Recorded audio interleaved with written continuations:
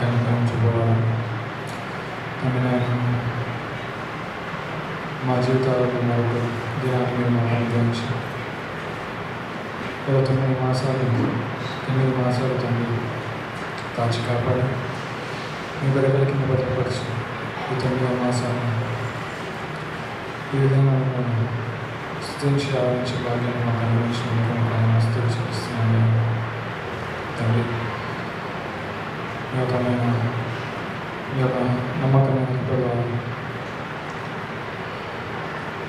మమ్మల్ని కాల్చి కాపాడి తండ్రి మీ యొక్క ఎనలేని ప్రేమ ద్వారా మమ్మల్ని రక్షించుకొని ఇలా సహవాసంగా కోరుకొని మీకు మాటలను ధ్యానించి గొప్ప భాగ్యాన్ని మాకు అందరికీ అనుగ్రహించినందుకు మనసు చెల్లిస్తున్నాను తండ్రి.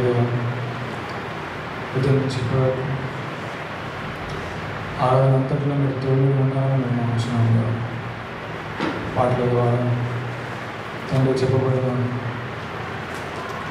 సందేశం ద్వారా తండ్రి అలాగే మీరు చేసిన గొప్ప కార్యాలను పంచుకోవడం ద్వారా మేము మిమ్మల్ని స్తుతించి కనపరుచుకున్నామని నమ్ముతున్నాను తండ్రి. మీ యొక్క మాటలను మేము నేర్చుకుంటున్నారు దేవుడు. వాటిని మేము ధ్యానిస్తుండగా వినగలిగే చెవులను తండ్రి గ్రహించి మనసు మరి ముఖ్యంగా వివేచన జ్ఞానాన్ని దయచేసి పరిశుద్ధాత్మ సహాయంలో మీరు మాకు అనుగ్రహించమని గురించి చెప్తున్న నాకు వింటున్న పిల్లలకు తోడున్నాము. మీరు ఈ కొద్ది మాటలు మా ప్రియ ప్రభువును రక్షకులను యేసుక్రీస్తు పెట్టారు అనుకుంటున్నాను తండ్రి.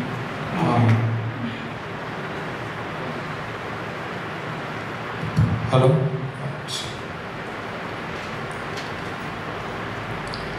ముందుగా మన ప్రభువును ప్రియ రక్షకులైన యేసుక్రీస్తు పేరిట కూడి వచ్చిన ప్రియులందరికీ కూడా నా శుభాకాంక్షలు తెలియజేస్తున్నాను. వాయిస్ ఓకేనా? Okay, right. వినబడకపోతే చెప్పండి. ఈ ఫ్యాన్ ఆఫ్ చేసాను మధ్యలో.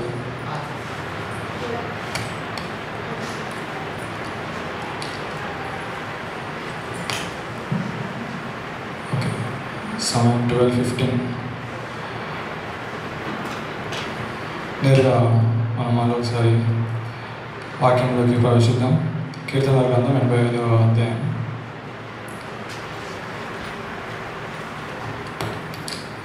కీర్తనల గ్రంథం 85వ అధ్యాయం.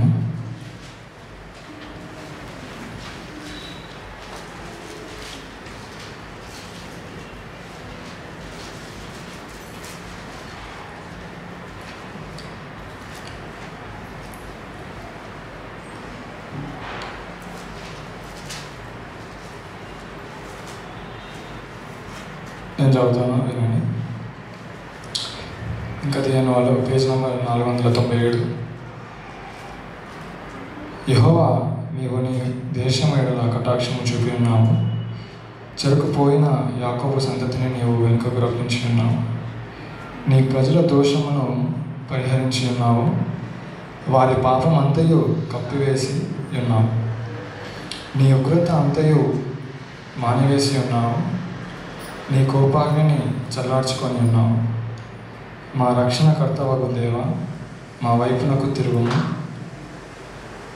కింద ఫుట్ నోట్లో మళ్లించుము అని ఉంది. మా మీదనున్న నీ కోపము చాలించుము.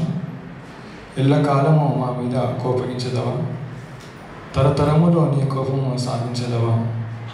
నీ ప్రజలు నీ యందు సంతోషించినట్లు నీవు మరలా మమ్మను బతికింపవా? యెహోవా, నీ కృప మాకు కనపరచుము.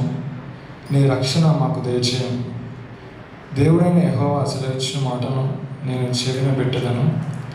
ఆయన తన ప్రజలతోనూ తన భక్తులతోనూ శుభవచనములు సెలవిచ్చును. వారు మరలా బుద్ధిహీనులు కాకుందురుగాక.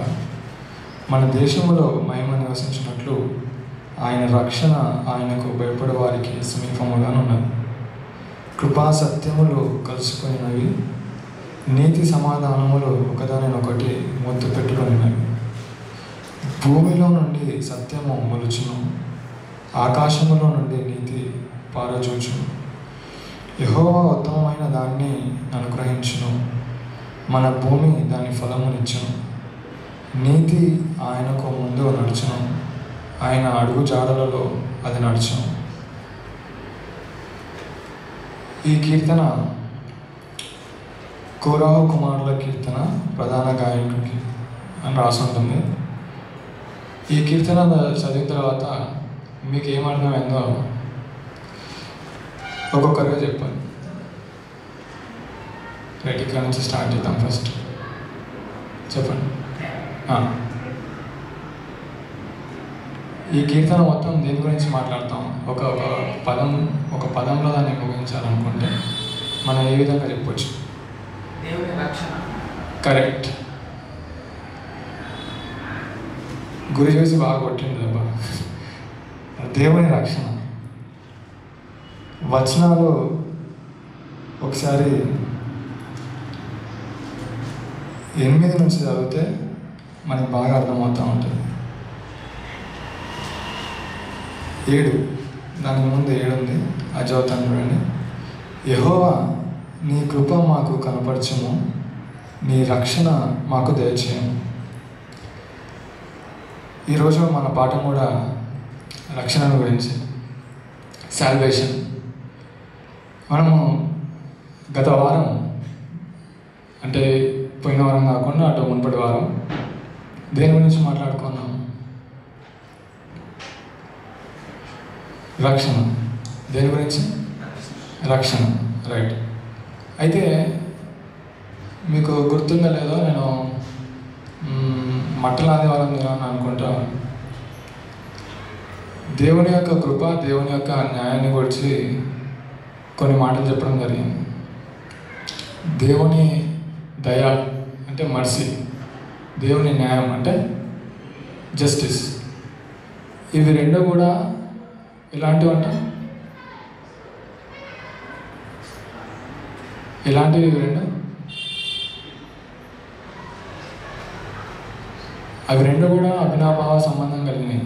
అంటే మనకి మన అవయవంలో ఏవైనా కానీ ఒకటి లేకపోతే మనకి ఎంత ఇబ్బంది ఉంటుందో, అలా దేవుని కృప లేకపోతే కనికరం, దేవుని న్యాయం, ఇవి రెండు కూడా మనం విడదీసి మాట్లాడుకోలేము. అయితే దేవుడి వాక్యం ఏమని సెలవిస్తుందో మనము గత వారం చూసుకున్నాం. ఏంటి? దేవుడు ఆయన యొక్క చిత్తం ప్రకారం ఏమనుకున్నాడంట? ఎఫెసీయులకు రాసిన పత్రిక 1వ అధ్యాయము 2వ వచనం, 1వ అధ్యాయం 2వ వచనం నుంచి. ఎఫెసీయులకు రాసిన పత్రిక 2వ అధ్యాయం, ఎఫిసియన్స్ చాప్టర్ నంబర్ 1 వర్స్ నంబర్ 2. మన తండ్రి అయిన దేవుని నుండి ప్రభువైన యేసుక్రీస్తు నుండి కృపయు సమాధానం కలుగును గాక. ఏం కలగాలంట? కృపయు సమాధానం. రైట్. ఇప్పుడు ఈ కీర్తనలో కూడా మనకి కృపా సమాధానం కనిపిస్తుంది. నెక్స్ట్. మన ప్రభువైన యేసుక్రీస్తు యొక్క తండ్రి యొక్క దేవుడు స్తుతింపబడును గాక. ఆయన క్రీస్తునందు పరలోక విషయములో ఆత్మ సంబంధమైన ప్రతి ఆశీర్వాదమును మనకు అనుగ్రహించను. ఎట్లనగా తాను ఉచితముగా మనకు అనుగ్రహించిన చాలు. తాను మనకి ఉచితంగా ఏమనుగ్రహించాడట? ఏమనుగ్రహించాడు ఉచితంగా? ఏమని రాస్తుంది అక్కడ? తాను ఉచితముగా మనకు అనుగ్రహించిన తన చిత్త ప్రకారమైన దయా సంకల్పము చొప్పున యేసుక్రీస్తు ద్వారా తన కుమారుడు స్వీకరించుటకై మనల్ని ముందుగా తన కోసం నిర్ణయించుకొని మనము తన ఎదుట పరిశుద్ధులమును నిర్దోషులను ఉండవాలని జగత్తు పునాది వేయబడకమునే ప్రేమ చేత ఆయన క్రీస్తు మనల్ని ఏర్పరచుకున్నాడు. రైట్. ఇది దేవుని చిత్తం. ఇప్పుడు మనకి మన ముందున్న ప్రశ్న ఏంటంటే, దేవునిలో కొన్ని గుణాలు మనకు కనబడుతూ ఉంటాయి.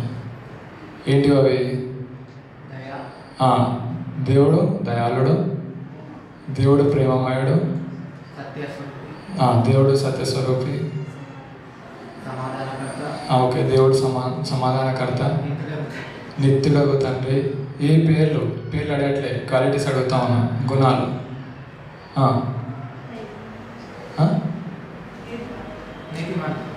నీతిమంతుడు, రైట్. పరిశుద్ధుడు, ఆ తర్వాత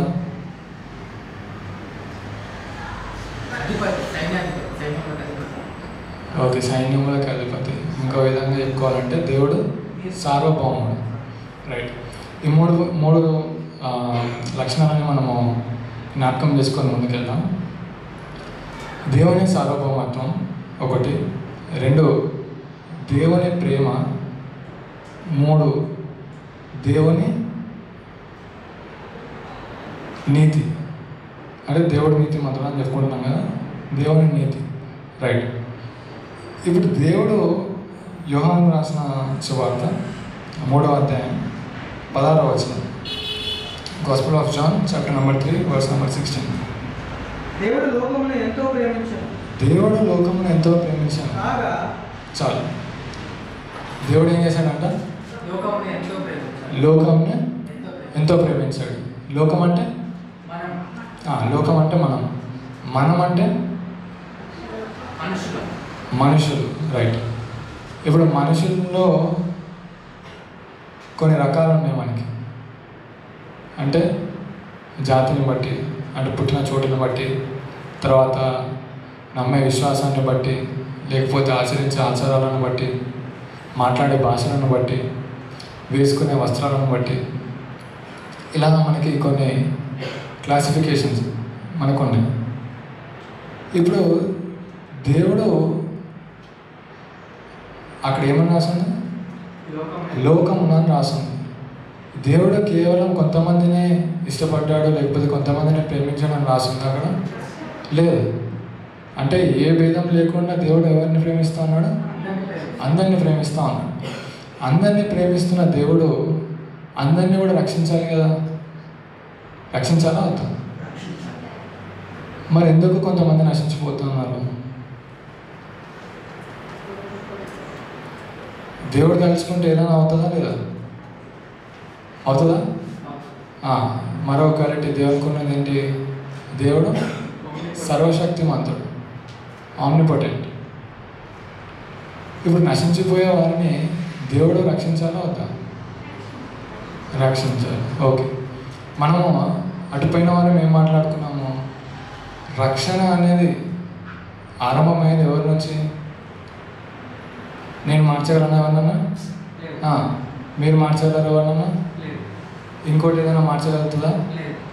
మరి ఏది మారుస్తుంది? పరిశుద్ధాత్మ దేవుడు మారుస్తాడు. ఓకే, అంటే సింపుల్గా చెప్పాలంటే దేవుడు మారుస్తాడు, రైట్. ఇప్పుడు అందరూ రక్షింపబడాలంటే ఎవరు ముందడుగు వేయాలి? ఎవరు వేయాలి ముందడుగు? రైట్. అందుకే లాస్ట్ టైం మీకు ఒక వచనం చదివించాను, అదే ఎఫెసీలకు రాసిన పత్రిక, Ephesians chapter number 2 verse number 1 మొదటి నుంచి. మీ అపరాధముల చేతను పాపముల చేతను మీరు చచ్చిన వారే ఉండగా చాలు. మన స్థితి మనం ఉందో ఏం చేయాలి తెలుసుకోవాలి. ఏ స్థితిలో ఉన్నామని. ఏ స్థితిలో ఉన్నామంటే ఇప్పుడు అపరాధముల చేత పాపముల చేత ఏమైనా మనం చచ్చిన వారమే ఉన్నాం, రైట్. అయితే మనము చావుని ఏ విధంగా చూడాలంటే 3 రకాలుగా చూడాలి. ఒకటి ఆత్మీయ చావు, అది ఇక్కడ మాట్లాడుతున్నటువంటిది. ఇంకోటి భౌతిక చావు, ఫిజికల్ డెత్. ఫిజికల్ డెత్ అంటే భౌతిక చావు. స్పిరిచువల్ డెత్ అంటే ఆత్మీయ చావు. 3 నిత్య చావు అంటే ఇంకా మనకి ఆ తర్వాత బ్రతికే అవకాశం లేదు. 3వ మరణం. ఆ తర్వాత మనకి బ్రతికే అవకాశం లేదు. సో చావు ఎన్ని రకాలు? 3. 1 భౌతిక చావు, physical death. 2 spiritual death. Spiritual death అంటే ఆత్మీయ మరణం. 3 ఎటర్నల్ డెత్ అంటే నిత్య మరణం. అర్థమవుతుందా? రైట్. ఇప్పుడు ఈ 3 మరణాలలో మనం ఏ మరణం దగ్గర ఉన్నాము అనేది మనకు ముఖ్యం. ఎందుకంటే మనము ఆబ్వియస్గా బతుకున్నామంటే మనం ఇంకా చావలేదు, అంటే నిత్య మరణంలోకి ప్రవేశించలేదని అర్థం. అవునా? అవునా కాదు? రైట్. ఇప్పుడు మనకి 2 ఆప్షన్స్ మిగిలిపోయినాయి. రూల్ అవుట్ చేస్తే, 3వ దాన్ని రూల్ అవుట్ చేస్తే 2 ఆప్షన్స్ మిగిలిపోయినాయి. 2 ఆప్షన్స్ ఏంటి? Physical death, spiritual death. భౌతిక మరణం, ఆత్మీయ మరణం. రైట్. భౌతిక మరణం ఎప్పుడు అవుతుంది? ఈ ఆత్మ శరీరాన్ని విడిచినప్పుడు, అంటే శరీరం చచ్చిపడిపోయినప్పుడు. శరీరం ఎప్పుడు చచ్చిపోతుంది? మనకు బలహీనత వచ్చినప్పుడు, లేకపోతే మనం ప్రాణం విడిచిపెట్టినప్పుడు. ఇప్పుడు మనం ఏ స్థితిలో ఉన్నాం చెప్పాలా? 2 కూడా పోయినాయి, 2 రూల్ అవుట్ అయిపోయినాయి. ఇప్పుడు మీరు భౌతికంగా కూడా సజీవంగానే ఉన్నారు, నిత్య అగ్నిలోకి ఇంకా, లేకపోతే నిత్య నరకంలోకి, లేకపోతే నిత్య మరణంలోకి ఇంకా ప్రవేశించలేదు. కాబట్టి ఏ స్థితిలో ఉన్నాం మనము? Correct, spiritual death. ఇప్పుడు ఈ స్పిరిచువల్ డెత్ ఎక్కడ ఆరంభమైందో మళ్ళీ ఆదికాండంలోకి వెళ్దాం. ఆదికాండం 2వ అధ్యాయం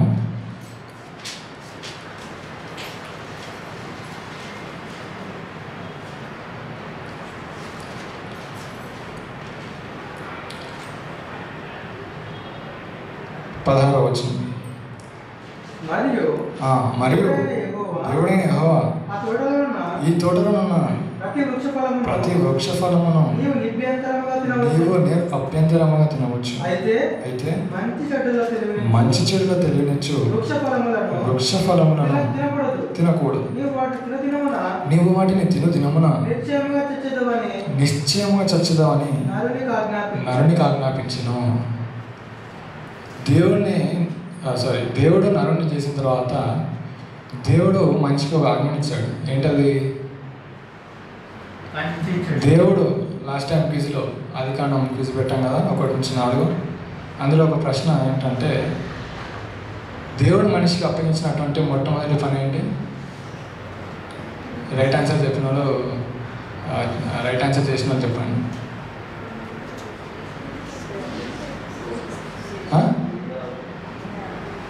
గట్టిగా ఆప్షన్స్, మళ్ళీ ఆప్షన్స్ ఇవ్వాలా? అందుకే రైట్ ఆన్సర్ చెప్పమని చెప్పండి అంటున్నాను. ఏదైనా తోటను సేద్యపరచడం. రైట్. ఇప్పుడు ఏదైనా తోటను సేద్యపరచడంతో పాటు ఆయన ఇంకో ఆజ్ఞను దేవుడు ఇక్కడ సెలవిస్తూ ఉన్నాడు. ఏంటది? నువ్వు దేనైనా తినొచ్చు, కానీ దేన్ని తినొద్దంట? అది తిన్న రోజు ఏమవుతావు? నువ్వు చచ్చిపోతావు. ఇప్పుడు ఇక్కడ భౌతిక మరణాన్ని మనం తీసుకోవాలా, లేకపోతే ఆత్మీయ మరణాన్ని తీసుకోవాలా, లేకపోతే నిత్య మరణాన్ని తీసుకోవాలా? ఆత్మీయ మరణం. దేన్ని తీసుకోవాలి? Spiritual death. Right. Spiritual death అంటే ఏంటో మీకు ఇంకా క్లియర్గా అర్థం అవడానికి ఒకసారి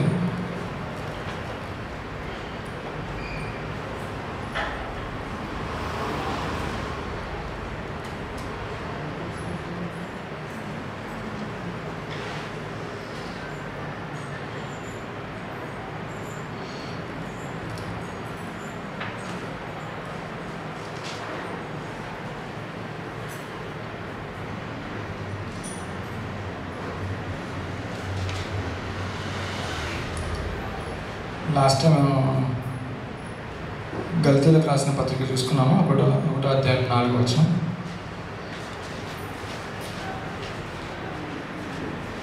రైట్. అది 1వ అధ్యాయం 4వ వచనం. గలతీయులకు రాసిన పత్రిక 1వ అధ్యాయము 4వ వచనం. మన తండ్రి అయిన దేవుని చిత్త ప్రకారం ఎన్నో చదువుతాం. రైట్.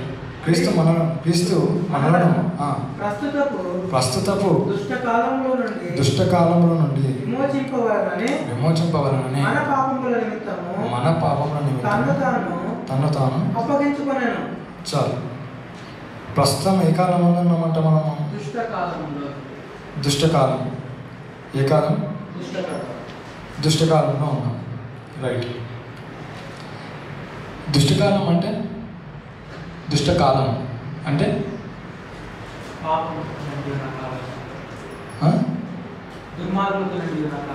దుర్మార్గులతో నిండి ఉన్న కాలం అంటున్నారు. ఇది కూడా ఎప్పుడు ఆరంభమైంది?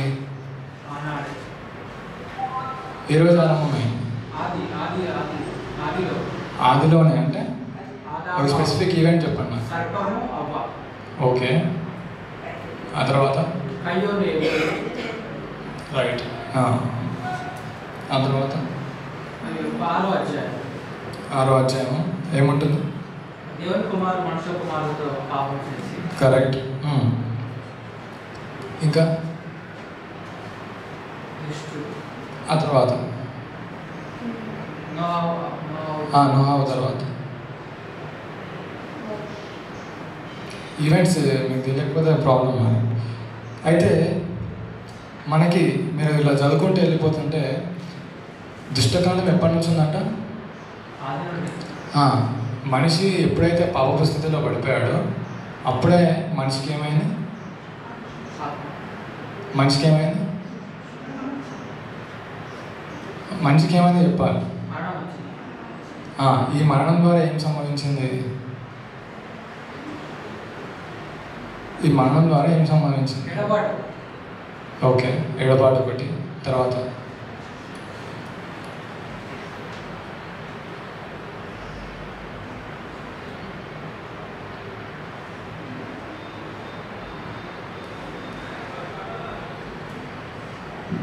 త్వరగా చెప్పాలి.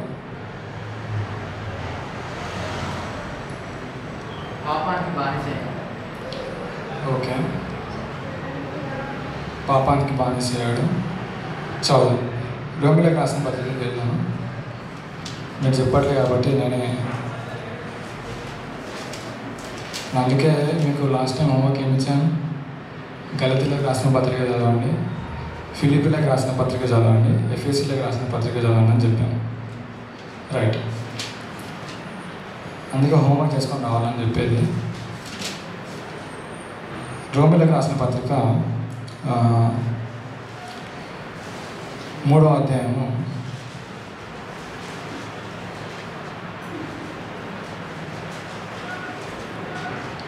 3వ అధ్యాయము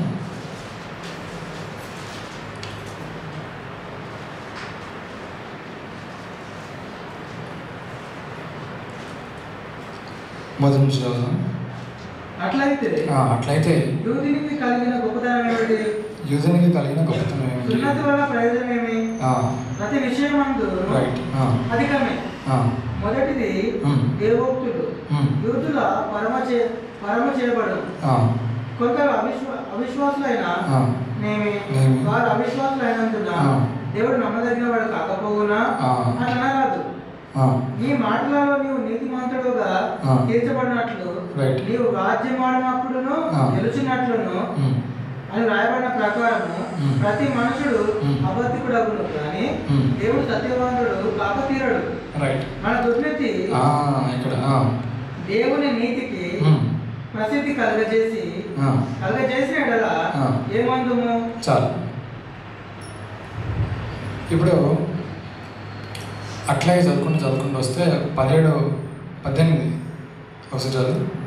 వారి కళ్ళ ఎదుట దేవుని భయము లేదు. రైట్. ప్రతి నోరు. చాలు. ఇప్పుడు గత వారం నేను చెప్పిన సందేశంలో మనిషి పాపం చేసిన వెంటనే ఏం కలిగిందంట? మరణంతో పాటు ఇంకే నేను అడుగుతున్నాను, అందుకే మీరు అక్కడ ఆగిపోద్దని చెప్పి ఆదాముకి ఏం కలిగింది? భయం. ఆ తర్వాత సిగ్గు. ఆ తర్వాత వారికి ఏమైంది? మళ్ళీ చదువుదాం. అక్కడ మీరు బేసిక్స్ బాగా మిస్ చేస్తూ ఉన్నారు. ఇది జస్ట్ గుణమాలు అంటారు. అంటే ఇది లేకపోతే మొత్తం బైబిల్ చదవాలంటే కష్టం. ఇంకా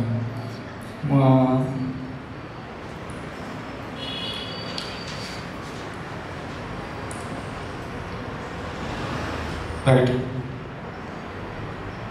7వ అధ్యాయం 3వ వచనం 7వ అధ్యాయం 7వ వచనం. Genesis chapter number 3 verse number 7. అప్పుడు వారిద్దరి కన్నులు తెరవబడిన.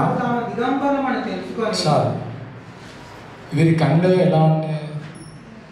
వీరి కన్నులు, వీళ్ళు పండు తినక ముందుకు వీరి కన్నులు ఎలా ఉన్నాయి? జ్ఞానం లేక.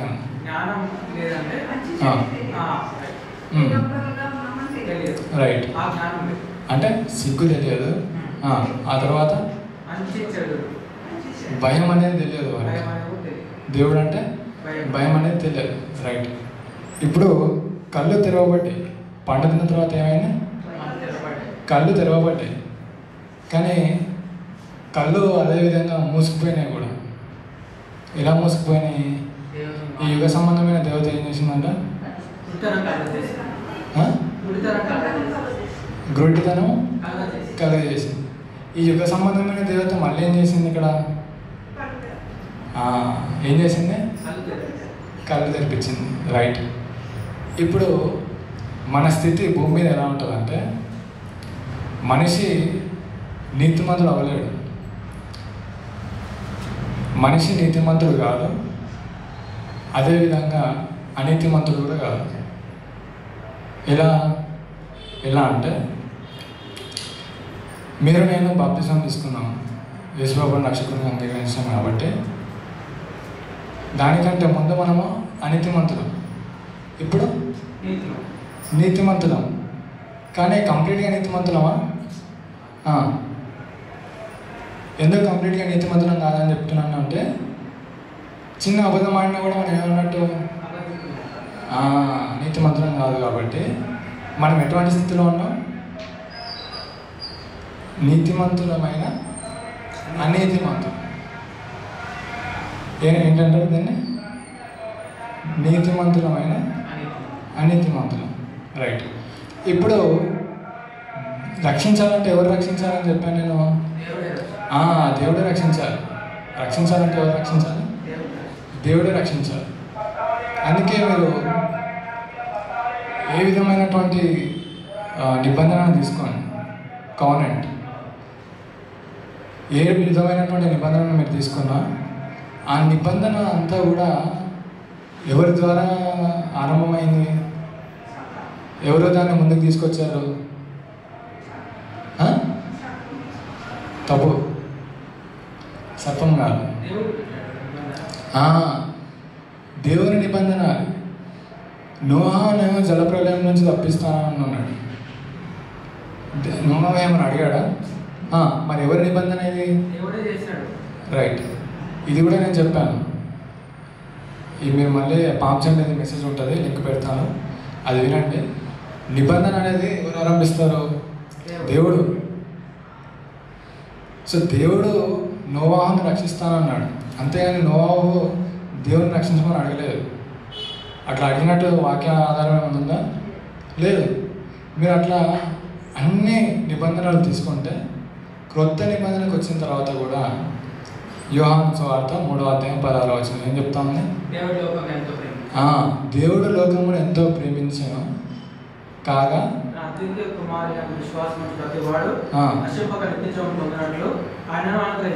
రైట్. అర్థమైంది కదా? సో ప్రతిదీ అంటే దేవుడు నిన్ను రక్షించాలన్న ఆ యొక్క ఆలోచన కూడా ఏమైందంట? కన్ను తెరవబడడం ద్వారా మనకి ఏమైంది? ఆ విషయాన్ని మనం ఆలోచించలేము. ఎందుకు ఆలోచించలేమంటే స్పిరిచువల్గా మనం చనిపోయాం, ఆత్మీయంగా మనం మరణించాం. ఇప్పుడు ఇంకో వచనాన్ని నేను చెప్తాను చూడండి. లాస్ట్ టైం అందుకే నేను చెప్పాను. అపోస్తలుల కార్యాలు 16వ అధ్యాయం.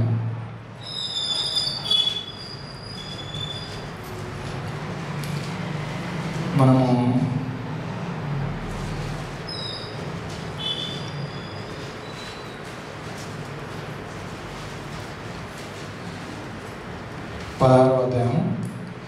Book of acts chapter number 16 చూసుకున్నాం అనుకుంటాను. మళ్ళీ ఒకసారి జ్ఞాపకం చేస్తాను నేను.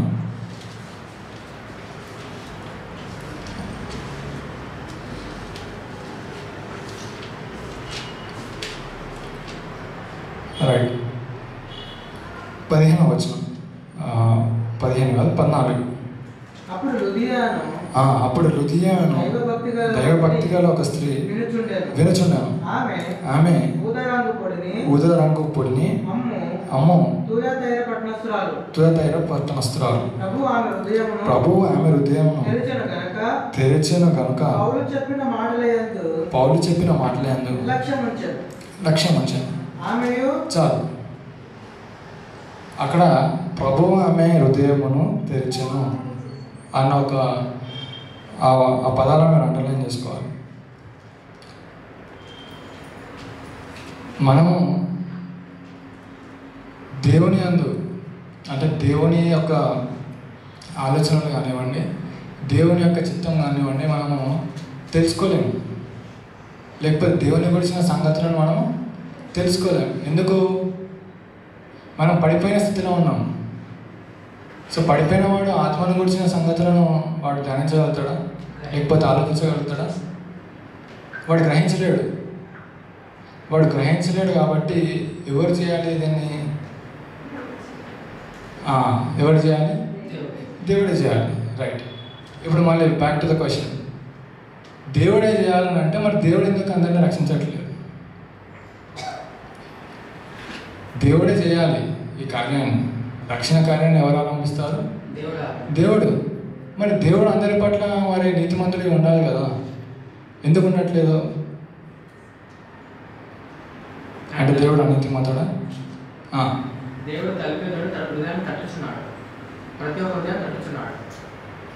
ఓకే, అది కూడా చూసుకుందాం. ప్రకటన గ్రంథం 3వ అధ్యాయం 20 వచనం. లాస్ట్ టైం చూపించడం మర్చిపోయినట్టున్నా నేను. ప్రకటన గ్రంథం 3వ అధ్యాయం, Revelation chapter number 3 verse number 20.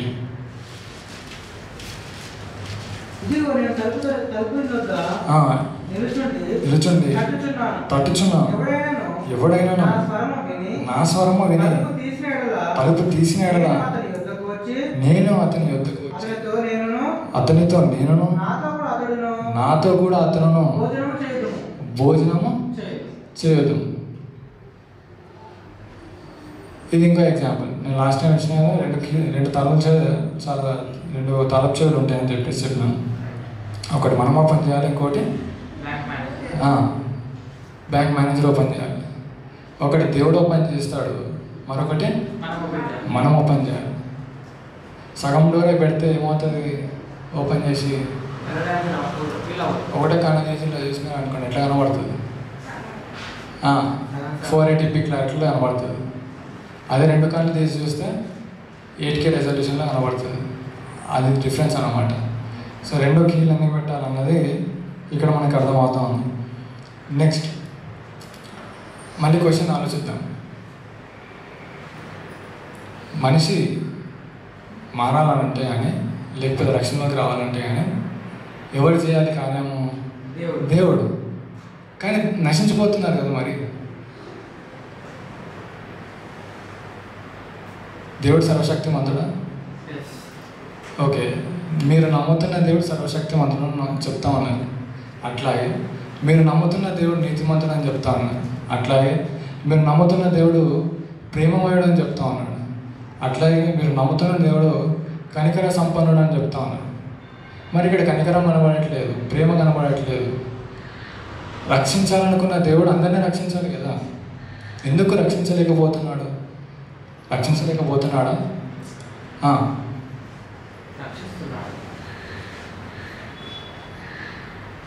లేదు, రక్షిస్తున్నాడు.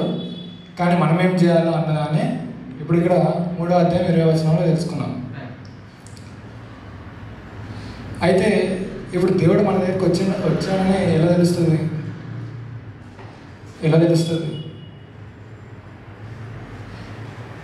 అయిపోయింది, ఇది కూడా అయిపోయింది, చెప్పేసిన అయిపోయింది. మీరు చెప్తే నేను ముందుకు వెళ్తాను. ఎలా తెలుస్తుంది? ఓకే, క్రియల ద్వారా కాదు. నేను అందుకే దేవుని న్యాయం, దేవుని కనికరం అంటే God's mercy and God's justice, వీటిలో 2 ఏమన్నా వ్యత్యాసాలు ఉన్నాయన్నమాట. దేవుని కనికరం అనేది దేవుడు అందరికీ చూపిస్తూ ఉంటాడు. ఉదాహరణకు అపొస్తలుల కార్యాలు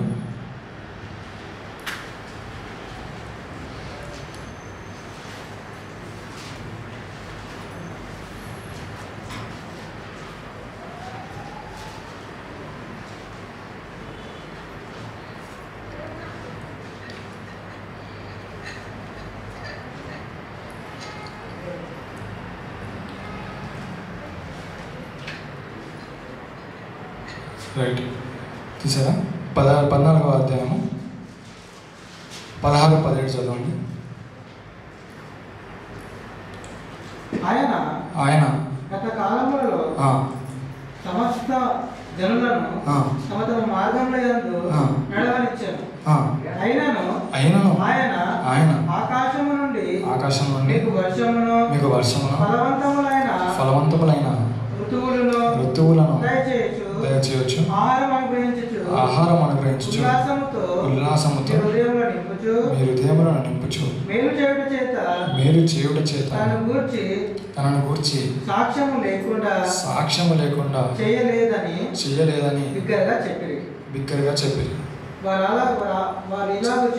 చాలు, తమకు బలి అర్పింపకుండా చాలు, అంతవరకు చాలు. అక్కడ ఒక లైన్ ఉంటుంది, ఏంటది? గత కాలంలో రెండవది అయినను ఆయన ఆకాశము నుండి మీకు ఫలవంతములైన ఋతువులను దయచేయచ్చు, ఆహారం అనుగ్రహించు,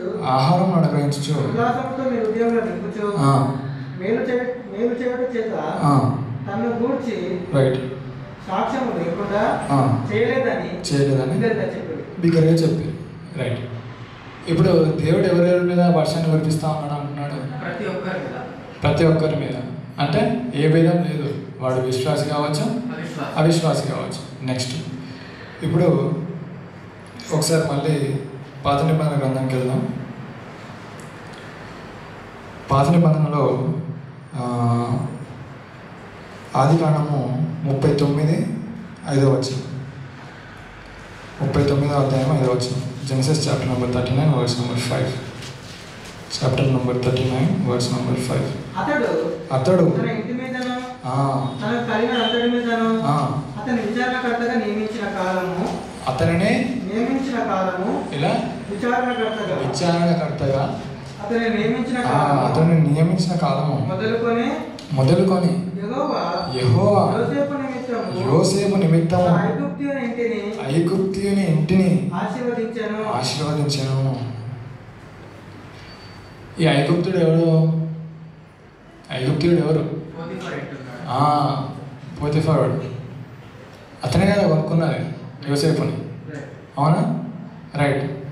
కొనుక్కొని తనని ఎలా నియమించుకున్నాడు? గృహ నిర్వాహకునిగా నియమించుకున్నాడు. ఆ తర్వాత తనని ఏం చేశాడు? ఐగుప్తు అంతటి మీద ప్రధానంగా అంటే ప్రైమ్ మినిస్టర్ చేశాడు. రైట్. ఇప్పుడు ఇక్కడ దేవుని కార్యం ఉందా? లేకపోతే యోసేపు తనంతట తానే ప్రైమ్ మినిస్టర్ అయిపోయినా? ఓకే, దేవుని కార్యం ఉంది. ఇప్పుడు అక్కడ ఐగుప్తులో ఉన్న వారందరిలో యోసేపు గారు ఎటువంటి మనిషి? దేవుని పైన ఆధారపడి దేవునే విశ్వాసంగా బతుకుతున్నటువంటి ఒక మనిషి, రైట్. ఐగుప్తీయులందరూ అవిశ్వాసం, ఐగుప్తీయులందరూ అవిశ్వాసం. అయితే ఇలా మనం మాట్లాడుకుంటూ వెళ్తే ఇంకా ఎందుకు వచ్చినా కూడా అబ్రహాం గారు పదే అడుగుతూ ఉంటారు, నలుగురు ఉంటే నువ్వు కాపాడుతావు, ముగ్గురు ఉంటే నువ్వు కాపాడుతావు, లాస్ట్కి ఒకసారి అడుగుతావు ఒక్కరున్నా కాపాడుతావు అని. ఏమంటాడు దేవుడు? ఒక్కరున్నా కాపాడుతానంట. ఇప్పుడు మనము ఈ లోకంలో కొంతమంది ఉన్నా విశ్వాసులుగా, అవిశ్వాసులుగా ఎంతమంది ఉన్నారు? చాలామంది ఉన్నారు. కానీ మనలో కొంతమందికి డబ్బు ఉండకపోవచ్చు, లేకపోతే వారికి ఉన్నటువంటి సదుపాయాలు లేకపోవచ్చు, కానీ వాళ్ళకి ఉంటాయి. అంటే మనం విశ్వసించినా రాలేదు, వానికి విశ్వసించకపోయినా వస్తున్నాయంటే ఏంటన్నట్టు? అది దేవుడు మనం ప్రేమించలేదా? ప్రేమిస్తున్నాడు, ఓకే, రైట్. ఇప్పుడు అందుకే ఆ వచనాన్ని నేను చదివించినాను. ఏదది? ఇంతకుముందు చదివింది అపోస్తలుల కార్యాలు 14వ అధ్యాయం 16-17. ఏమనుంది అక్కడ? ఆయన గత కాలంలో సమస్త జనులను తమ తమ మార్గంలో నడవనిచ్చారు. ఒక్క నిమిషం, మీకు నేను చెప్పేది అర్థమవుతుందా? కన్ఫ్యూజన్లో పడేస్తున్నాను, రైట్. కన్ఫ్యూజన్ ఉందంటే చెప్పండి, క్లియర్గా చెప్తాను మళ్ళీ. నెక్స్ట్, గత కాలంలో ఇంకా క్లియర్గా చెప్పాలంటే కీర్తనల గ్రంథము 145, కీర్తనల గ్రంథము 145 9వ వచనం ఉంది. అని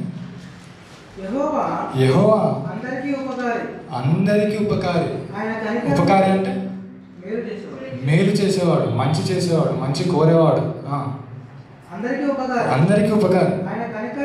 ఆయన కనికరములు ఆయన సమస్త కార్యముల మీద ఉన్నవి. ఆయన సమస్త కార్యంలో అన్యజనులు ఉన్నారా? ఉన్నారు. జంతువులు ఉన్నాయా? ఉన్నాయి. సమస్త సృష్టి ఉంది, రైట్. చదువు మళ్ళీ ఒకసారి 9వ వచనం. యెహోవా అందరికీ ఉపకారి, ఆయన కనికరములు ఆయన సమస్త కార్యముల మీద ఉన్నవి. యెహోవా నీ క్రియలన్నీ నీకు కృతజ్ఞతాస్తుతులు చెల్లించుచున్నవి.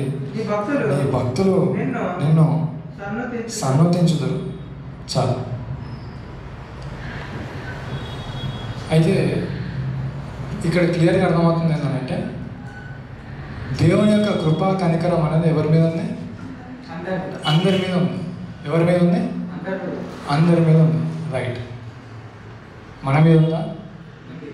వారి మీద ఉందా? ఉంది. మరి వారికి లేని కృప ఎవరికి ఉంది? ఆ కృప ఏంటో చెప్పాలి ఇప్పుడు. వారికి లేని కృప మనకుంది. ఏంటది? ఎవరు చెప్తున్నారు? కరెక్ట్. ఏంటది? రక్షణ కృప, రైట్. రక్షణ అనే కృప. ఇప్పుడు చెప్పినటువంటి కృపలు ఎన్ని ఉన్నాయి? మీరే చెప్పారు కదా ఇప్పుడే, 2. ఒకటి రక్షణ కృప, ఇంకోటి నేను చెప్తాను, అదే సాధారణ కృప, అంటే కామన్ గ్రేస్. కామన్ గ్రేస్ అంటే ఏంటి? అందరి మీద చూపించేటువంటి కృప. ఆ తర్వాత రక్షణ కృప. రక్షణ కృప అంటే ఏర్పరచుకున్న వారి మీద. మీరు ఈ పదాన్ని వాడుతున్నప్పుడు చాలా జాగ్రత్తగా ఉండాలి. ఎందుకంటే మొత్తం ఒక అన్యజనుడు లేకపోతే ఒక అవిశ్వాసి ఇక్కడ రావాలి, యేసుప్రభువులోని విశ్వాసంలోకి రావాలని అంటే మీరు చెప్పే ఈ మాటలను బట్టే వాడు మారతాడా మారడా అన్నది ఆధారపడి ఉంటుంది. వాడిన పదం ఏంటి? ఏర్పరచుకున్నాను. ఈ మాట ఎక్కడ కనబడుతుంది అంటే చదువు చూడండి. ఎఫెసీలకు రాసిన పత్రిక 1:1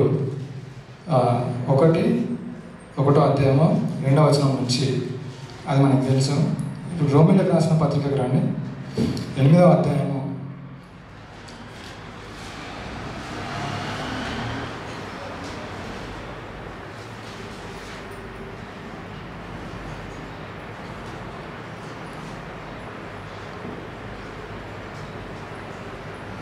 8వ అధ్యాయము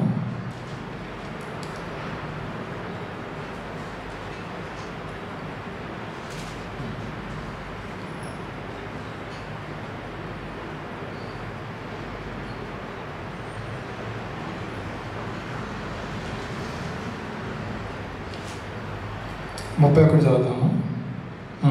ఇట్లుండగా ఏమందును దేవుడు మన పక్షము ఉండగా మనకు విరోధి ఎవడు?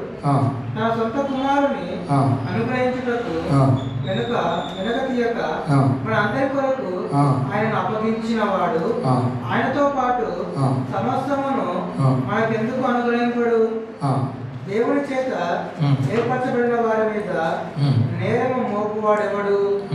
నీతిమంతులుగా తీర్పు తీర్చువాడు దేవుడే. శిక్ష విధించు వాడెవడు? చనిపోయిన యేసుక్రీస్తే. అంతేకాదు మృతుల నుండి లేచిన వాడును దేవుని కుడిపార్శ్వంలో ఉన్నవాడును మన కొరకు విజ్ఞాపనము కూడా చేయువాడును ఆయనే. క్రీస్తు ప్రేమ నుండి మనల్ని ఎడబాపు వాడెవడు?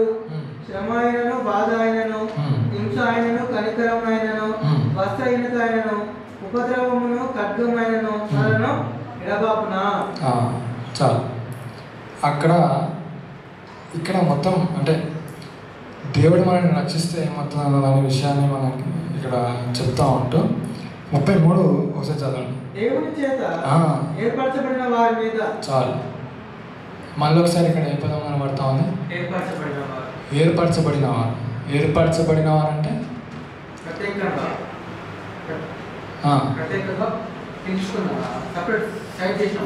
ప్రత్యేకంగా పిలుచుకున్నవాడు అని అంటున్నాడు. అంటే మళ్ళీ ఇంకో క్వశ్చన్, ఎప్పుడు దేవుడు అందరినీ పిలుచుకోలేదా? పిలువబడిన వారు అనేకులు, ఏర్పరచబడిన వారు కొందరు.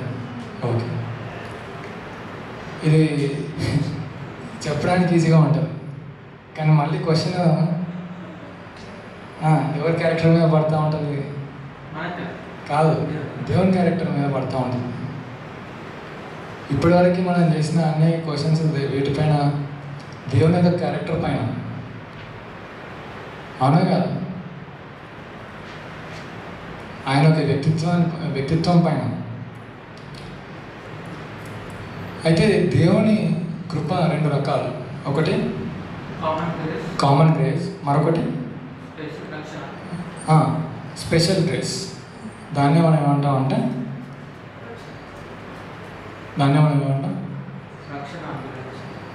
అదే సాల్వేషన్, రక్షణ. దాన్ని మనం ఏమంటాం? సాల్వేషన్, రక్షణ. రైట్. ఇంకొన్ని మాటలు నేను చూపించి ముగిస్తాను. ఈరోజు మన టాపిక్ 2, ఒకటి కామన్ గ్రేస్, ఇంకోటి స్పెషల్ గ్రేస్. రైట్. సాధారణ కృప, అసాధారణ కృప, లేకపోతే ప్రత్యేక కృప.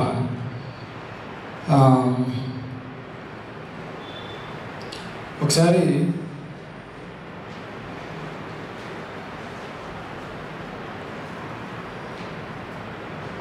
ఎఫెసీలకు రాసిన పత్రికను తీద్దాము. 1 నుంచి 1వ అధ్యాయము 3 నుంచి 6 చదువుకుందాం ఒకసారి. మన ప్రభువైన యేసుక్రీస్తు యొక్క తండ్రి యొక్క దేవుడు శుభపడును గాక. రైట్. ఆయన క్రీస్తునందు పరలోక విషయంలో ఆత్మ సంబంధమైన ప్రతి ఆశీర్వాదం మనకు అనుగ్రహించు. ఎట్లనగా తన ప్రియునియందు మనకు అనుగ్రహించిన తన కృపా మహిమకు కీర్తి తలుపునట్లు నా చిత్త ప్రకారమైన దయా సంకల్పం చొప్పున యేసుక్రీస్తు ద్వారా తన కుమారుడు స్వీకరించుటకై మనల్ని ముందుగా తన కోసం నిర్ణయించుకొని మనము తన ఎదుట. ఇప్పుడు ఇంకో పదం కనబడతా ఉంది, ఏంటది? మన కోసం. అక్కడ లాస్ట్ ఇప్పుడు చదువు. ముందుగా మనలను ముందుగా తన కోసం నిర్ణయించుకొని. ఎవరి కోసం నిర్ణయించుకున్నాడంట? తన కోసం. ఏం చేశాడు? నిర్ణయించుకున్నాడు. ఏర్పాటు వేరు,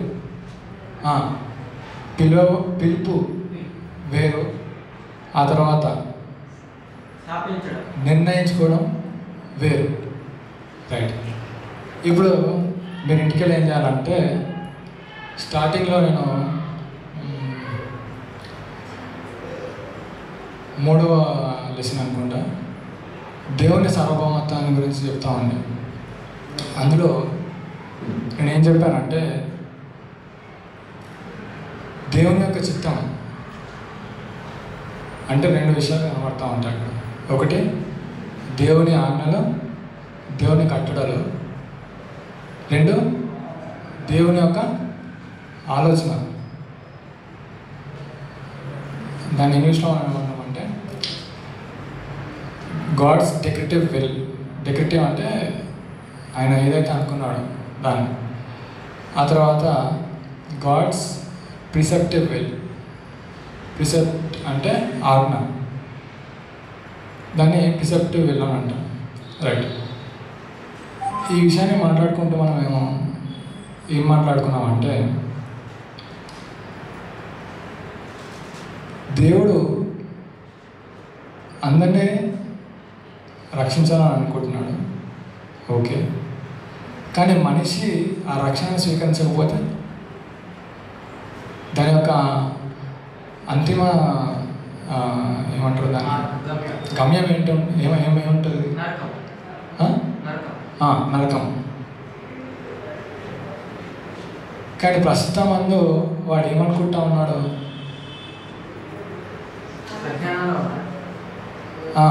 వాడు అజ్ఞానంలో ఉన్నాడు. ఏమని అనుకొని? దేవుడు లేడనుకోనో, లేకపోతే దేవుడు ఉన్నా కానీ దేవుడికి వాడు భయపడకుండా బతుకుతా ఉన్నాడు. అంటే దేవుడు వాడిని ఇప్పుడు మార్చవచ్చు, కానీ మార్చలేదు. ఎందుకు? కరెక్ట్. ఎందుకు?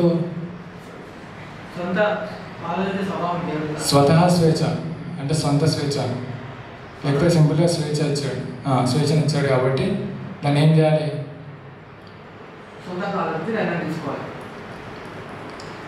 మీకు ఒక ఉదాహరణ ఇచ్చి ముగిస్తాను.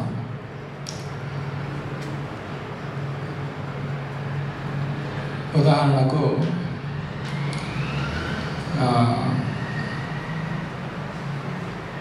ఇక్కడ కొన్ని నేను వస్తువులు పెట్టినాను అనుకోండి, ఓకే. కొన్ని వస్తువులు పెట్టేసి మీరు దీన్ని తీసుకోండి అని అంటాను. ఇంతటితో అయిపోయింది. మీరు ఏం చేయాలి? Next action. What is the next move? Or what should be your next move?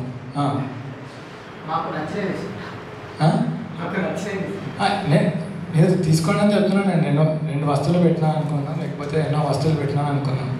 మీరు తీసుకోండి అని చెప్తాను, అంతే. మీరేం చేయాలి ఇప్పుడు? అదొకటి ఆప్షనా? ఇష్టం అంటే తీసుకుంటారు, లేకపోతే లేదు. ఇప్పుడు మీరు నేను తీసుకోమని చెప్పినాను, కానీ ఖచ్చితంగా తీసుకో అని చెప్తున్నానా? లేదు. ఎందుకు? తీసుకోవద్దన్న నిర్ణయాన్ని ఎవరికి వదిలిపెట్టాను? నేను మీకు వదిలిపెట్టాను. అంటే మీకు ఆ స్వేచ్ఛ ఉంది. ఇప్పుడు నేను ఖచ్చితంగా మీరు తీసుకోకుండా వెళ్ళొద్దని చెప్తే మీ స్వేచ్ఛను నేను భంగపరిచినట్టు, లేకపోతే అడ్డుకున్నట్టు, లేకపోతే మీ స్వేచ్ఛకి నేను మీ స్వేచ్ఛను నేను గౌరవించట్లేను అన్నట్టు. అర్థమవుతుంది? ఇప్పుడు దేవుడు కూడా ఎప్పుడైతే ఈ రక్షణని మన మధ్యలో పెట్టాడో, దేవుడు లోకాన్ని ఎంతో ప్రేమించి మీరు చెప్పట్లేదు. ఫిల్ ద బ్లాంక్ అది మీరు ఫిల్ చేయాలా. దేవుడి లోకం ఎంతో ప్రేమించాను కాదా? అరే తెలిసి చదవండి, తొందర చదవండి. యోహాను 3:16. మీరు చిన్నప్పుడు గిటార్ బైబిల్ పట్టుకోలేదు అనుకుంటా, అందుకే ఇట్లాంటి ప్రాబ్లమ్స్.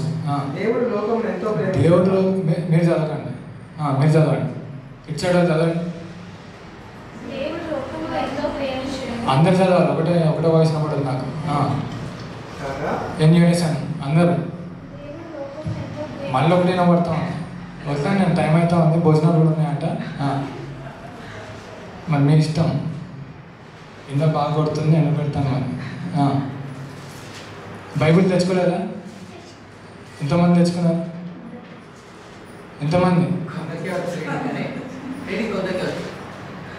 ఓకే, రీడింగ్ కొందరికి వచ్చా అంటున్నారు, అయినా పర్లేదు. పేజ్ నెంబర్ చెప్పండి సిస్టర్, కొంచెం తీయడం. 82 న్యూ టెస్టిమెంట్లో, మళ్ళీ పాత నిబంధన 82 తీసేయగలరు. చదవండి ఇప్పుడు.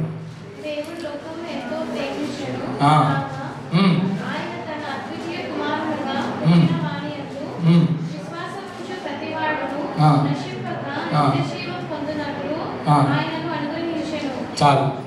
ఇప్పుడు అక్కడ ఒక లైన్ అండర్స్టాండ్ చేసుకోండి. విశ్వాసం ఉంచు ప్రతివాడు అంటే ప్రతివాడు విశ్వాసం ఉంచాలని రాయలేదైనా. విశ్వాసం ఉంచు ప్రతివాడు అంటే దీన్ని బట్టి ఏమర్థమవుతుంది? నేను చెప్పాను ఇంతకుముందు కూడా, రెస్పాన్సిబిలిటీ అనేది మన పైన కూడా ఉంది, హ్యూమన్ రెస్పాన్సిబిలిటీ.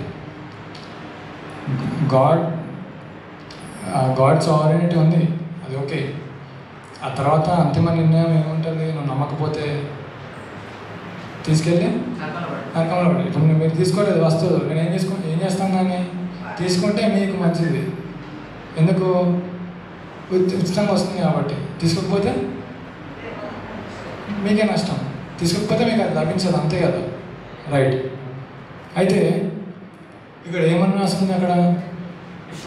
విశ్వాసం ఉంచు ప్రతివాడు అంటే విశ్వాసం ఉంచుతావా ఉంచావా అనేది ఇక నీకే విడిచిపెడతా ఉన్నా, రైట్? ఇప్పుడు విశ్వాసం ఉంచాలంటే మన నెక్స్ట్ పార్ట్, విశ్వాసం ఉంచాలంటే ఎవరి ద్వారా జరుగుతుంది? అది మన మూల ప్రశ్న మర్చిపోదు, ముఖ్యమైన ప్రశ్న ఏంటది? దేవుడు సర్వశక్తిమంతుడు, ఆయన తలుచుకుంటే ఎవరినైనా రక్షించగలడు. అట్లాగే దేవుడు అందరినీ రక్షించాలని ఉద్దేశం కలిగి ఉన్నాడు. అంటే కోరిక, గాడ్స్ డిజైర్, అందరినీ రక్షించుకోవాలని. కానీ దేవుని యొక్క ప్రిసెప్టివ్ విల్ని బట్టి నువ్వు నమ్మితే నీకు రక్షణ, నమ్మకపోతే పాపక్షమాపణ లేదు. అర్థమవుతుందా? ఇవి మీరు అర్థం చేసుకోవాలి. ఇప్పుడు రక్షించట్లేదు కదా, మరి దేవుడు అనీతిమంతుడు అవుతాడో, లేకపోతే దేవుడు ఏమంటారు కనికరం చూపువాడు కదా. అందుకే 85వ అధ్యాయం ఒకసారి కీర్తనలు చదువుకొని మనం ముగించుకున్నాం. చూడండి,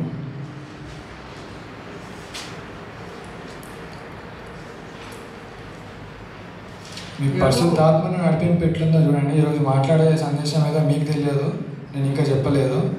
దానికంటే ముందు 85వ అధ్యాయాన్ని చదివించాడు దేవుడు ఈరోజు మొత్తం. అది కాదు, 3 నీ ఉగ్రత అంతయు మానివేసి ఉన్నావు, నీ కోపాన్ని చల్లార్చుకొని ఉన్నావు. మా రక్షణకర్త ఒక దేవా, మా వైపుకు తిరుగుము. కింద ఏముంది? మళ్ళించుము. రైట్. ఆయన తిరగడం కాదు, ఆయన ఏం చేయాలి? మనల్ని మళ్ళించాలి. తర్వాత మా మీదనున్న చాలించుము, ఎల్లకాలము మా మీద కోపగించదవా. రైట్, చాలు. ఎల్లకాలము మా మీద కోపము నువ్వు చూపిస్తావా అని అంటున్నావు అన్నాడు కీర్తనకారు. హలో పోయినా hello hello hello hello hello right. ఎప్పటి నుంచి అంటే ఆదాము మొదలుకొని ఇప్పటి వరకు కూడా దేవుని యొక్క కోపం ఇంకా అట్లాగే ఉందా? ఉందా? లేదు. తర్వాత చదవండి. కోపం ఉంది, ఆ కోపాన్ని నువ్వు సాగిస్తున్నావా? బ్రతికింపవా చాలు, బ్రతికింపవా అని అంటున్నాడు. రైట్, బ్రతికింపవా అని అంటున్నాడు అంటే ఏ స్థితిలో ఉన్నాడు? ఏ మరణం? ఆత్మీయ మరణం. ఏ మరణం? ఆత్మీయ మరణంలో ఉన్నాడు. ఆత్మీయ మరణం నుంచి ఏమంటున్నాడు? బ్రతికించమని అంటున్నాడు. ఏమంటున్నాడు? బ్రతికించమని అంటున్నాడు. ఇంకో లాస్ట్ కొన్ని వచనాలు చూపించి నేను ముగిస్తాను. అదే రోమిలకు రాసిన 8వ అధ్యాయానికి వెళ్దాము. మనం నెక్స్ట్ వీక్ ఇంకా మరిన్ని వచనాలతో నేను ముందుకు వస్తాను. మీరు రాసుకోవడానికి టైం పడుతుంది, అన్ని వచనాలు తీసుకొస్తాను నేను. రైట్, ప్రస్తుతానికి రోమిలకు రాసిన పత్రిక 8వ అధ్యాయం, పత్రిక అన్న రోమిలకు రాసిన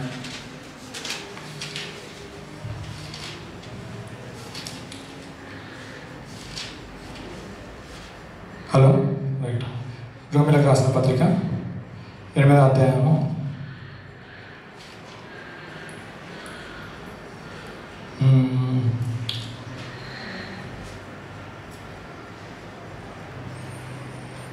14.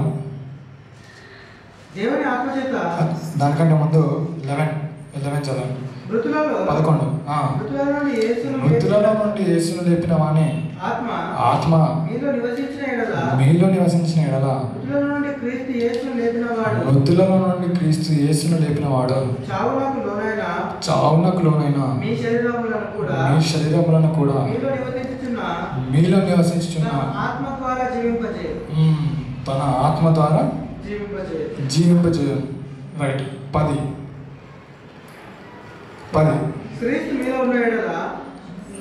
ఓకే. దానికంటే ముందు మీరు ఇంటికి వెళ్ళి ఏంటంటే 8వ అధ్యాయం మొత్తం చదవండి. 7 నుంచి చదువుతున్నాం. ఏలాయనగా శరీరానుసారమైన మనసు దేవునికి విరోధంగా ఉన్నారు.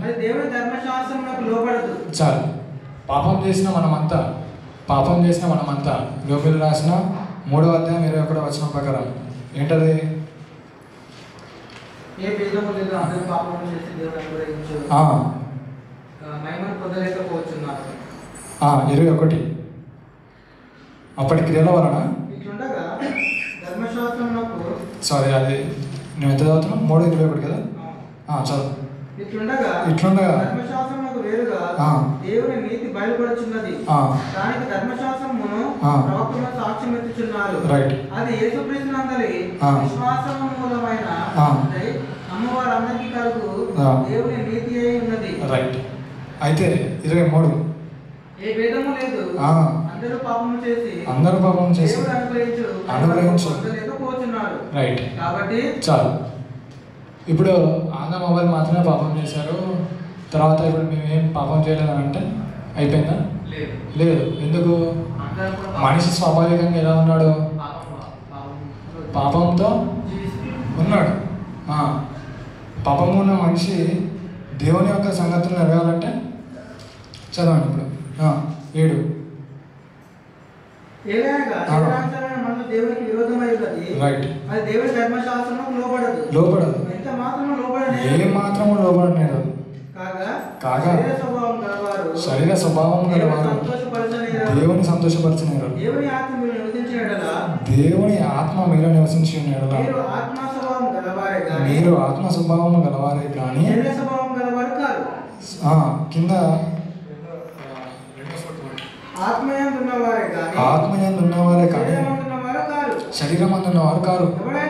ఎవడైనా లేనివాడైతే క్రీస్తు ఆత్మ లేనివాడైతే వాడు ఆయన వాడు కాడు. క్రీస్తు మీలో ఉన్న ఎడల మీ శరీరము పాప విషయమై మృతమైనది. చాలు. క్రీస్తు మనలో ఉంటే ఏంటంట? క్రీస్తు మనలో ఉంటే ఏంటంటే మన శరీర పాప విషయం మనం ఏమై ఉన్నాము? రైట్. మనం ఆల్రెడీ పాపంలో ఉన్నాం, అంటే పాపంలో బ్రతుకుతున్నాం. పాపంలో బ్రతుకుతున్న వారిని చంపాలంటే ఏం చేయాలి? రైట్. ఇప్పుడు చదవండి. క్రీస్తు 10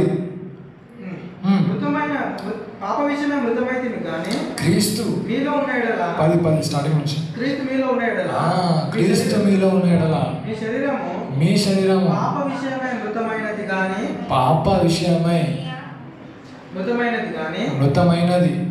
పాప విషయంలో ఏమైంది? చచ్చిపోయింది, అయిపోయింది. ఇప్పుడు దేనికి డెత్ వచ్చింది? పాపానికి మరణం వచ్చింది. మనిషికి ఏమొచ్చింది?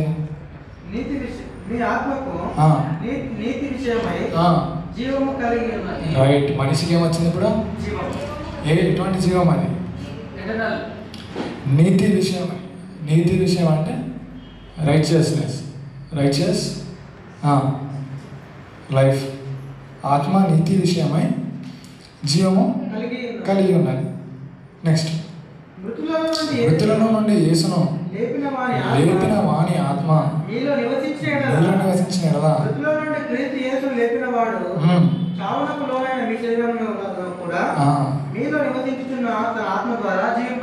రైట్. ఇప్పుడు మనిషి మారాలంటే ఏం కావాలి? మారాలన్నా మనసు అనేది ఎవరికి ఉండాలి? మనిషికి ఉండాలి. అందుకే అపోస్తలుల కార్యాలు 16వ అధ్యాయం ఎన్నో వచనం? అది ఎన్నో వచనం చూపించిన నేను 14వ వచనం.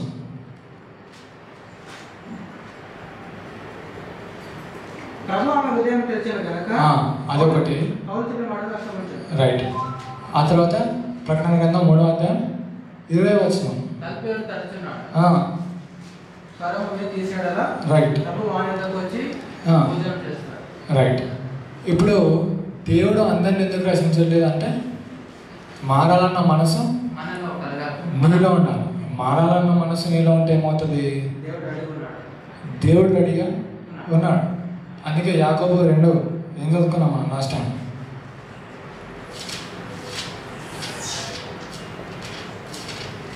యాకోబు రాసిన పత్రిక 2వ అధ్యాయము ఎన్నో వచనం చదువుకున్నాను?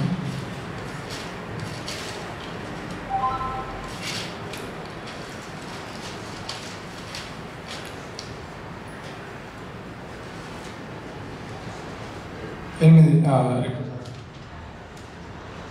అధ్యాయము. హలో, 4వ అధ్యాయము. దేవుని యొద్దకు రండి. అతనే అప్పుడు ఆయన మీ యొద్దకు వచ్చును. చాలు. 8. James chapter number 4 verse number 8. దేవుని యొద్దకు రండి, అప్పుడు ఆయన మీ యొద్దకు వచ్చును. ఎప్పుడు వస్తాడు దేవుడు? మనం రావడం అంటే ఏంటి? మనం రావడం అంటే మారాలన్న మనసు మనలో ఉండాలి. మారాలన్న మనసు మనలో ఉన్నప్పుడు ఏమవుతుంది? అప్పుడు పరిశుద్ధాత్మను వచ్చి ఏం చేస్తాడు? తన పనిని తాను జరిగిస్తాడు. ఇప్పుడు నెక్స్ట్ వచ్చే వారం మాట్లాడుకునేది 2వ అధ్యాయము. ఇదే యాకోబు రాసిన పత్రిక 2వ అధ్యాయము 14వ వచనం. నా సహోదరులారా, క్రియలు లేనప్పుడు ఎవడైనా తనకు విశ్వాసం కలదని చెప్పిన ఎడల ఏమి ప్రయోజనము? అట్టి విశ్వాసం అతన్ని రక్షింపగలదా? అంటే రక్షించే కృప ఒకటి ఉండాలి. అదే రక్షణ కృప. దాన్ని మనం ఏమంటున్నాం? ప్రత్యేక కృప. 2 కామన్ గ్రేస్, సాధారణ కృప. ఇవి ఉన్నాయి. రక్షించే కృప ఉన్నప్పుడు రక్షించే ఏముండాలి? రక్షింపబడే మనసు ఉండాలి. ఓకే, కాదు చదవ 14. నా సహోదరులారా, క్రియలు లేనప్పుడు ఎవడైనా తనకు విశ్వాసం కలదని చెప్పిన కదా ఏమి ప్రయోజనము? అట్టి విశ్వాసం అతన్ని రక్షింపగలదా? అంటే విశ్వాసంలో కూడా ఎటువంటి విశ్వాసం ఉండాలి? రక్షించే విశ్వాసం. ఏమంటుందని? రక్షించే విశ్వాసం, సేవింగ్ ఫెయిత్. ఫెయిత్లో 2 రకాలు, ఒకటి common faith, 2 saving faith. Saving faith ఎవరిలో ఉంటుంది?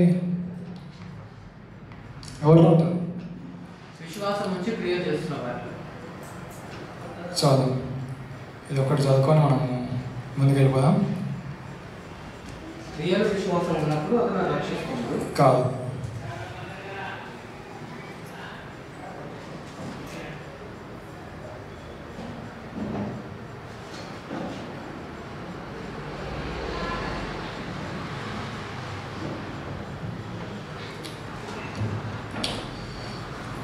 అదే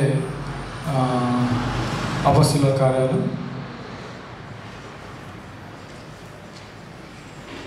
16వ అధ్యాయం 31 చదవండి. అందుకు వారు ప్రభు అయిన యేసునందు విశ్వాసం ఉంచుము, అప్పుడు నీవును నీ ఇంటి వారును రక్షణ పొందుతారని చెప్పాను. చెప్పి ఆ తర్వాత బోధించింది. రైట్. ఇప్పుడు రక్షణ అనేది ఎవరి వలన కలుగుతుంది? దేవుని వలన కలుగుతుంది. రైట్. ఎవరి నామంలో కలుగుతుంది? మళ్ళీ ఒకసారి చదువుతాం. 16:31. అందుకు వారు ఎవరి ఎంత విశ్వాసం ఉంచారా? రైట్. ఈ సేవింగ్ ఫెయిత్ అనేది ఎవరిలో ఉండాలా అంటే, రక్షింపబడాలనుకున్న నువ్వు ఎవరి పైన విశ్వాసం కలిగి ఉండాలా? ఎవరి పైన? క్రీస్తు పైన. రైట్. ఇది మీకు అర్థమైంది కదా? వచ్చే వారం కాకుండా మరో వారం మనము సేవింగ్ ఫెయిత్ గురించి మనం తెలుసుకుందాం. ఏంటది సేవింగ్ ఫెయిత్ అంటే? రక్షించే విశ్వాసం. సేవింగ్ అంటే రక్షణ, విశ్వాసం అంటే ఫెయిత్. సేవింగ్ ఫెయిత్ గురించి మనం మాట్లాడుకుందాం. మీకు ఈరోజు అర్థమైంది కదా? 2 విషయాల గురించి మాట్లాడుకున్నాం. ఒకటి ఏంటి? Common grace, 2 special grace. అంటే కామన్ గ్రేస్ అంటే దేవుడు అందరికీ అనుగ్రహించేది, అందరికీ అనుగ్రహించే కృప. దేవుడు తాను ఏర్పరచుకున్న వారి కొరకు ఇచ్చేటువంటి కృపను మనం ఏమంటాం? స్పెషల్ గ్రేస్, అసాధారణ కృప, లేకపోతే ప్రత్యేక కృప. ఆ తర్వాత మన స్థితి ఏ స్థితి? ఏ విధంగా?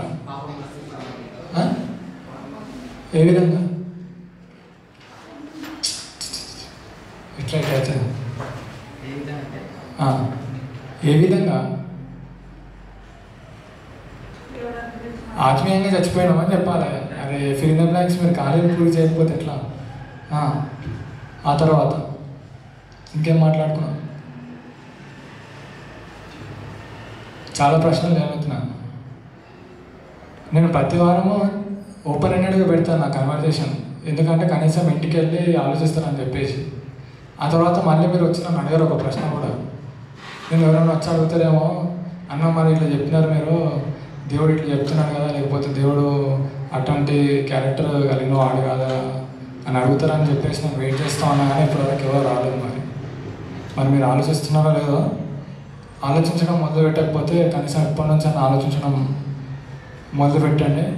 అదేవిధంగా నేను ఇంతకుముందు చెప్పినట్టు ఏ విషయంలో అయినా మీరు ప్రశ్నించకపోయినా మీరు బైబిల్ని నేర్చుకునేటప్పుడు ఏం చేయాలి? ఖచ్చితంగా ప్రశ్నించాలి.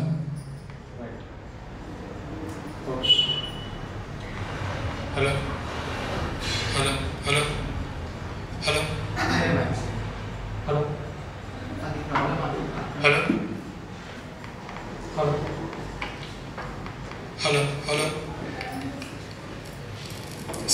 ప్రార్థన చేసుకొని మనము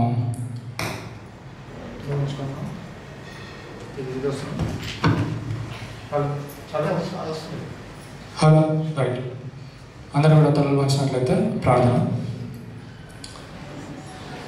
మహానతుడా, దయగల తండ్రి, ఆయన ఇంతవరకు మీకు మాటలను మేము ధ్యానించి తండ్రి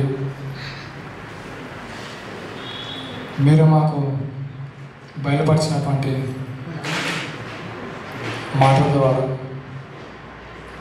మీరు మా కొరకు రాయించినటువంటి మాటల ద్వారా తండ్రి మేము ఆత్మీయంగా చచ్చిపోయి ఉన్నామని తెలుసుకుంటున్నాం. మీరు ఆత్మీయ మరణం నుంచి మమ్మల్ని విడిపించి రక్షణలోకి మమ్మల్ని నడిపించి తండ్రి మీ ఆత్మ ద్వారా మమ్మల్ని నింపి, మీ ఆత్మతో మమ్మల్ని నింపి మిమ్మల్ని తండ్రి అని పిలుచుకునే భాగ్యాన్ని మాకు అందరికీ అనుగ్రహించినందుకు మీకు వందనాలు తండ్రి. మీకు ఎనలేని కృప రెండు విధాలుగా కనబడుతుంది. నేను సాధారణమైనటువంటి కృప అందరి మీద మీరు కుమ్మరిస్తూ, ప్రత్యేకమైన కృపను మన తండ్రి యేసుక్రీస్తు ద్వారా మీరు మాకు అందరికీ అనుగ్రహిస్తూ తండ్రి ఎంతటి గొప్ప భాగ్యాన్ని మా మధ్యలో ఉంచి మీ యొక్క వాక్యం చేత దాన్ని మిమ్మల్ని తండ్రి విషదపరుస్తూ తెలియజేస్తూ దుష్టకాలం అందున్న మాకు మరి తండ్రి మీ యొక్క వాక్యాన్ని వినిపించి మమ్మల్ని మార్చుకొని మీ యొక్క కుమారుడుగా తండ్రి మమ్మల్ని స్వీకరించినందుకు మీకు వందనాలు స్తుతులు చెల్లిస్తున్నాం తండ్రి. ఈ యొక్క విశ్వాసాన్ని బట్టి మేము ఎక్కడ కూడా తొట్టిల్లకుండా నిరంతరం మరి తండ్రి మీ అంత నిలకడగా జీవించలాగా ఈ విశ్వాసాన్ని ఎక్కను మరి తండ్రి బలపరిచి మరి వేడుకొంచు.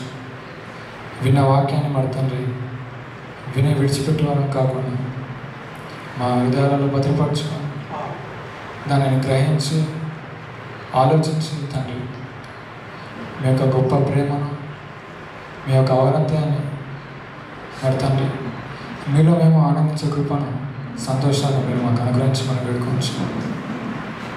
మరొకసారి మమ్మల్ని ఈ విధంగా నిలబెట్టిన విధానానికి మీకు వందనాలు చెల్లిస్తూ ఈ కొద్ది మాటలు మా ప్రియ ప్రభువు రక్షకుడైన యేసుక్రీస్తు పెట్టాడు వేడుకొంచున్నాం తండ్రి. ఆమేన్.